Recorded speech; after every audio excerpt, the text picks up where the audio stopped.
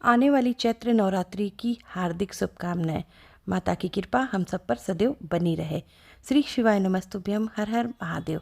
आप सभी का मेरे चैनल पर बहुत बहुत स्वागत है। आज की वीडियो में मैं आपको चैत्र नवरात्रि पूजा की बहुत ही सरल विधि की जानकारी शेयर करूंगी। बहुत ही सरल और आसान विधि से माता दुर्गा की पूजा करके दिखाऊंगी। तो वीडियो यदि आपको पसंद आए तो वीडियो को लाइक करके मेरे चैनल को सब्सक्राइब कर दे और बेल आइकॉन के बटन को प्रेस कर दे ताकि आने वाली वीडियो का नोटिफिकेशन आपको प्राप्त हो जाए। वीडियो को आगे शुरू करने से पहले मैं आपको बता दूं, मैंने अपने चैनल पर चैत्र नवरात्रि स्थापना पूजा की संपूर्ण पूजा सामग्री का वीडियो अपलोड कर दिया है। आप चैनल पर विजिट करके वीडियो को आसानी से देख सकते हैं। चैत्र माह जगत जननी आदिशक्ति माँ दुर्गा को समर्पित होता है। इस महीने में चैत्र नवरात्र मनाया जाता है। यह पर्व चैत्र माह के शुक्ल पक्ष की प्रतिपदा तिथि से लेकर नवमी तिथि तक मनाया जाता है। इस दौरान जगत की देवी माँ दुर्गा और उनके 9 स्वरूपों की पूजा एवं भक्ति की जाती है। साथ ही सुख और सौभाग्य की वृद्धि पाने के लिए नवरात्र का व्रत रखा जाता है। धार्मिक मत के अनुसार माता जगत जननी माँ दुर्गा की पूजा करने से साधक की हर मनोकामना पूरी होती है। साथ ही जीवन में व्याप्त सभी कष्टों से मुक्ति मिलती है। नवरात्र की शुरुआत प्रतिपदा तिथि से होती है। चैत्र माह के शुक्ल पक्षी प्रतिपदा तिथि की शुरुआत शनिवार 29 मार्च को शाम 4:27 पर शुरू होगी। वहीं 30 मार्च को प्रतिपदा तिथि दोपहर 12:49 पर समाप्त होगी। तो सनातन धर्म में उदया तिथि के अनुसार 30 मार्च को घट स्थापना की जाएगी और चैत्र नवरात्रि की शुरुआत होगी। अब आइए जानते हैं चैत्र नवरात्रि सरल पूजा विधि।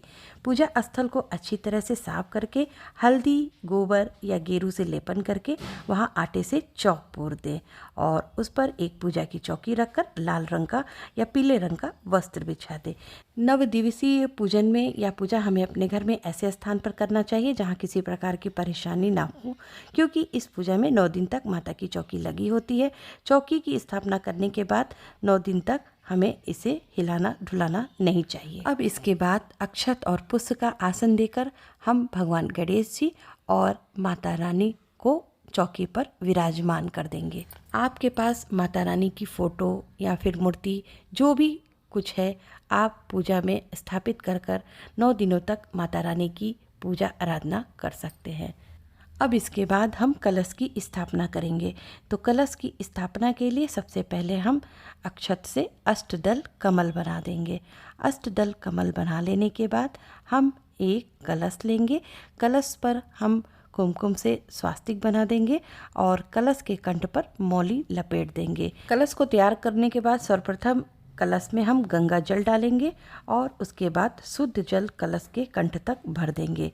अब कलश में हम सबसे पहले 1 इलायची, 1 लौंग, 1 हल्दी की गांठ, 1 रुपए का सिक्का, 1 सुपारी, अक्षत के कुछ दाने, 1 लाल फूल, 1 बतासा और इत्र की कुछ बूंदें डालकर आम के पल्लों को उसके अंदर रख देंगे। यहाँ पर मैंने 9 आम के पत्ते लिए हैं।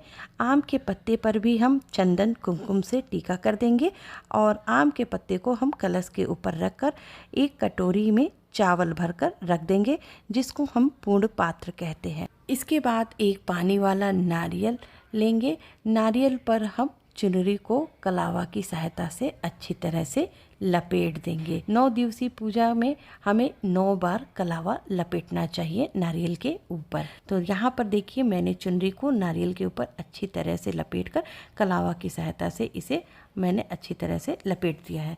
अब इसके बाद हमें कलश के ऊपर इस पानी वाले नारियल को रखना है। तो नारियल को जब आप कलश के ऊपर रखें तो इस बात का ध्यान रखें कि ये नारियल का सीधा भाग है और ये उल्टा भाग है। हमें हमेशा अपने मुख की ओर नारियल को सीधा भाग रखना होता है। तो आप इस बात का ध्यान रखते हुए कलश पर नारियल को रखें। इसके बाद हम कलश को अष्टदल कमल के ऊपर रख देंगे और नारियल को भी रख देंगे। तो इस विधि से नवरात्रि में कलश की स्थापना की जाती है। यहाँ पर मैंने श्री कलश की स्थापना की है। इसके बाद अक्षत पुष्प का आसन देके हम अखंड ज्योति को विराजमान करेंगे। अखंड ज्योत को विराजमान करने के बाद चावल की 9 ढेरियाँ बना लेंगे और इस 9 ढेरियों के ऊपर हम 9 सुपारी को रख देंगे। इस तरह हम 9 ग्रह की स्थापना करेंगे। 9 ग्रहों के कलर के हिसाब से आप चावल को रखकर उस पर भी आप 9 ग्रह स्थापित कर सकते हैं। अब हम ज्वारे की स्थापना करेंगे। तो सबसे पहले अक्षत से हम स्वास्तिक बना लेंगे। इसके बाद मिट्टी के एक कुंडे में स्वास्तिक बनाकर अक्षत पुष्प डालते हुए मिट्टी को डाल देंगे और मिट्टी को डालने के बाद हम कुंडे को भी रोली से टीक देंगे। इसके बाद कुंडे को हम स्वास्तिक के ऊपर विराजमान कर देंगे। मिट्टी के कुंडे में सर्वप्रथम हम जल का छींटा कर देंगे, मिट्टी को हल्का सा गीला कर देंगे। इसके बाद हम जौ बोएंगे। तो यहाँ पर मैंने जौ को मिट्टी में अच्छी तरह से छींट दिया है। जौ छींटने के बाद पुनः हम पानी का छींटा कर देंगे। अखंड ज्योत और धूप जलाकर अब हम अपनी पूजा को शुरू करेंगे। इसके बाद हाथ में जल और पुष्प लेकर हम माता रानी के सामने नवरात्रि व्रत का संकल्प लेंगे। संकल्प लेने के बाद जल और पुष्प को माता रानी के श्री चरणों में अर्पित कर देंगे। सर्वप्रथम सभी पर जल का छींटा देकर हम सभी को सांकेतिक स्नान करा देंगे। स्नान कराने के बाद गणेश जी को जनेऊ तथा वस्त्र रूपी कलावा पहनाएंगे। माता रानी को लाल रंग की चुनरी उड़ा देंगे। इसके बाद सभी को हम चंदन रोली से टीका कर देंगे। सबसे पहले भगवान गणेश जी को करेंगे। इसके बाद माता रानी, फोटो में बने माता रानी के 9 स्वरूपों को, उनके अस्त्र शस्त्र, पिंडी, शेर सभी को हम टीका कर देंगे। कलश, दीपक, ज्वारे के कुंडे, 9 ग्रह सभी को हम रोली और चंदन से टीका कर देंगे। नवरात्रि में 9 दिनों तक माता रानी का दुर्गा सप्तशती का पाठ भी किया जाता है। तो अक्षत पुष्प का आसन देकर हम दुर्गा सप्तशती की पुस्तक को विराजित कर देंगे और रोली चंदन से इस पर भी टीका कर देंगे। इसके बाद माता रानी और गणेश जी को हम इत्र लगा देंगे। इत्र लगाने के बाद सभी को हम साबुत अक्षत चढ़ा देंगे। माता जी, गणेश जी, कलश, ज्वारे के कुंडे, 9 ग्रह, दीपक, दुर्गा सप्तशती पुस्तक पर सभी पर हम अक्षत समर्पित कर देंगे। इसके बाद भगवान गणेश जी और माता रानी को हम सिंदूर लगाएंगे। फोटो में बने माता रानी के सभी स्वरूपों पे मैंने सिंदूर लगा दिया है। अब इसके बाद भगवान गणेश जी को लाल रंग का पुष्प और दुर्वा चढ़ा देंगे। माता रानी को माला पहना देंगे। यहाँ पर मैंने माता रानी को गेंदे का माला पहना दिया है। माता रानी को लाल रंग का पुष्प अति प्रिय है और वो पुष्प होता है गुड़हल का पुष्प। कोशिश करें नवरात्रि के 9 दिनों आप माता रानी को गुड़हल का पुष्प जरूर से अर्पित करें। इसके बाद कलश, कुंडे, दुर्गा सप्तशती की पुस्तक, 9 ग्रह, दीपक सभी को हम पुष्प समर्पित कर देंगे। अब इसके बाद भगवान गणेश जी और माता रानी को हम मीठे का भोग प्रसाद समर्पित करेंगे। तो भोग प्रसाद में यहाँ पर मैंने घर की बनी खोए की बर्फ़ी और बतासे का भोग समर्पित किया है। मीठे के भोग के साथ आप जल का भोग भी जरूर से समर्पित करें। ऋतु फल के रूप में आपके पास जो भी फल उपलब्ध हो, माता रानी को वो फल जरूर चढ़ाएं। तो यहाँ पर मैंने माता रानी को ऋतु फल का भोग भी समर्पित कर दिया है। भोग प्रसाद समर्पित करने के बाद एक पान के पत्ते पर 1 लौंग, 1 इलायची, 1 बतासा रखकर माता रानी को हम मुख शुद्धि के लिए पान समर्पित कर देंगे। इसके बाद माता रानी को हम 16 सुहाग की सामग्री भेंट करेंगे। अब हम दुर्गा चालीसा, दुर्गा सप्तशती और माता रानी के मंत्रों का जाप रुद्राक्ष की माला पर करेंगे। साथ में माता रानी का भजन कीर्तन करेंगे। अब इसके बाद हम हवन करेंगे। तो यहाँ पर मैं आम की लकड़ी पर 9 बार माता दुर्गा के मंत्रों का उच्चारण करते हुए आहुतियाँ दूंगी। आहुतियों में भोग प्रसाद की आहुतियाँ जरूर से दें।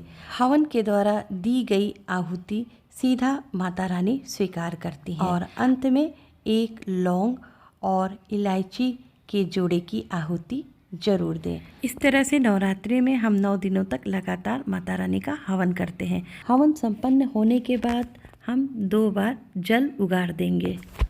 इसके बाद हम प्रेम पूर्वक माता रानी की आरती करेंगे। आरती भगवान गणेश जी की पढ़ेंगे, माता रानी की आरती पढ़ेंगे और आरती संपन्न होने के बाद आरती को शीतल करके सर्वप्रथम माता रानी गणेश जी को आरती दिखाएंगे और उसके बाद स्वयं आरती लेंगे। अपनी सामर्थ्य के अनुसार हम दक्षिणा समर्पित करेंगे। इसके बाद पूजा में हुई गलती के लिए हम माता रानी से क्षमा प्रार्थना करेंगे। माता रानी से बेहतर कल और अपने परिवार की सुख समृद्धि के लिए हम प्रार्थना करेंगे। माथा टेक कर इसके बाद हम माता रानी का आशीर्वाद ग्रहण करेंगे। तो इस विधि से हम नवरात्रि के प्रथम दिन की पूजा संपन्न करते हैं। नवरात्रि के प्रथम दिवस की पूजा विधिवत रूप से की जाती है, इसलिए थोड़ा अधिक समय लगता है। तो इस विधि से हम नवरात्रि के प्रथम दिन की पूजा विधि संपन्न करते हैं। उम्मीद करते हैं वीडियो आपके लिए उपयोगी होगी। तो मिलते हैं अगली वीडियो में, तब तक के लिए श्री शिवाय नमस्तुभ्यम। हर हर महादेव, जय माता दी।